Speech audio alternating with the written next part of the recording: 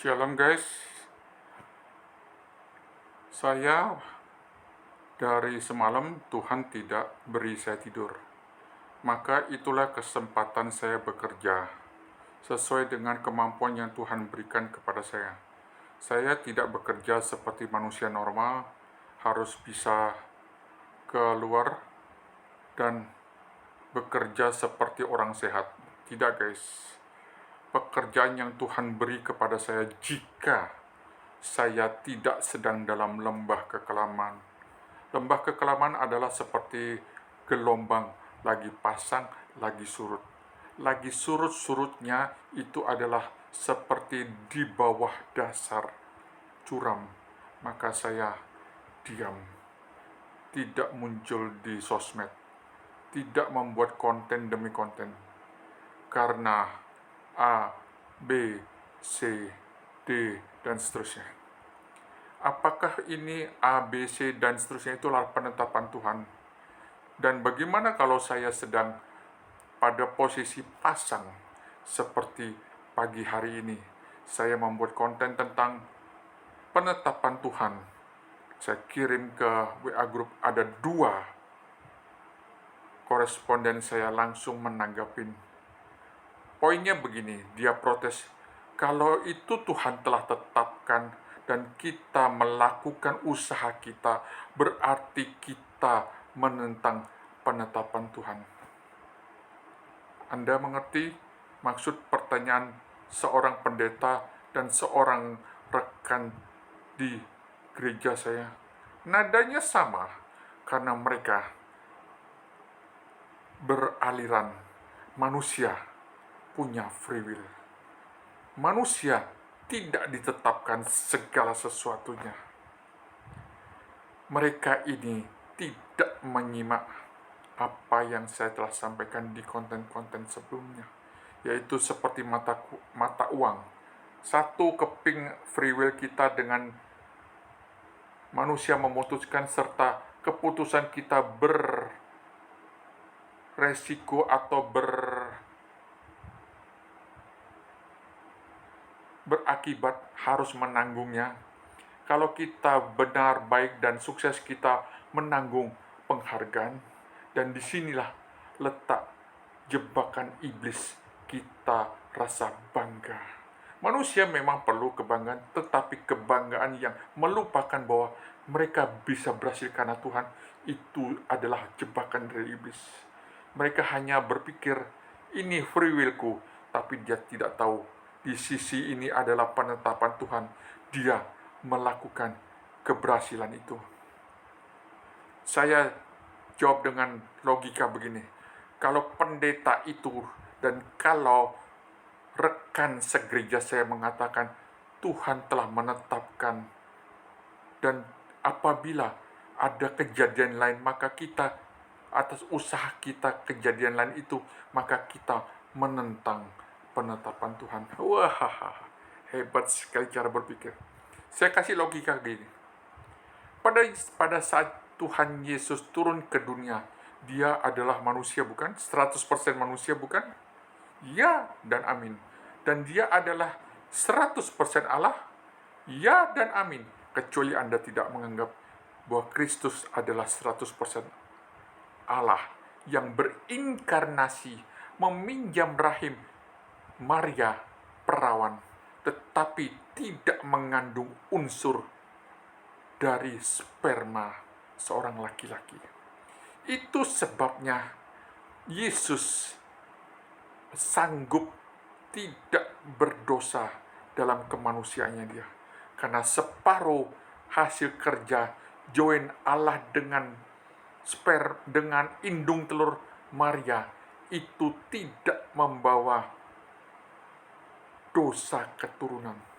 Sehingga manusia Kristus 100% bisa mampu taat 100%, mampu memutuskan atas diri Kristus sendiri, Yesus sendiri, bahwa dia harus menanggung penderitaan, siksaan, dan tidak lari dari salib. Bukankah dia berkata, kalau aku mau memerintahkan malaikat untuk menurunkan aku dari salib ini dengan 1.000 laksa, 1.000 pasukan malaikat berkuda, apakah aku tidak sanggup? Guys, pikirkan itu, yang bicara itu adalah Yesus Kristus, manusia 100%, yang juga adalah Allah inkarnasi 100% Allah.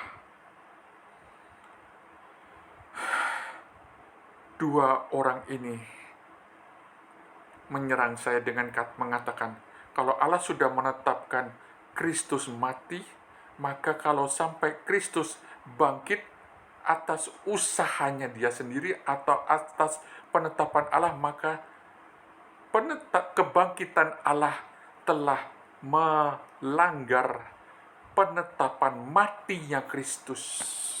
Coba Anda berpikir, guys. Hai pendeta yang selalu gontok-gontokan dengan saya dalam bahasa yang halus.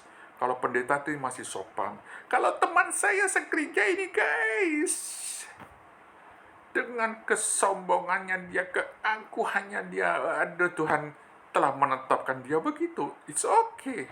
Saya lebih baik tidak melayani dia one by one.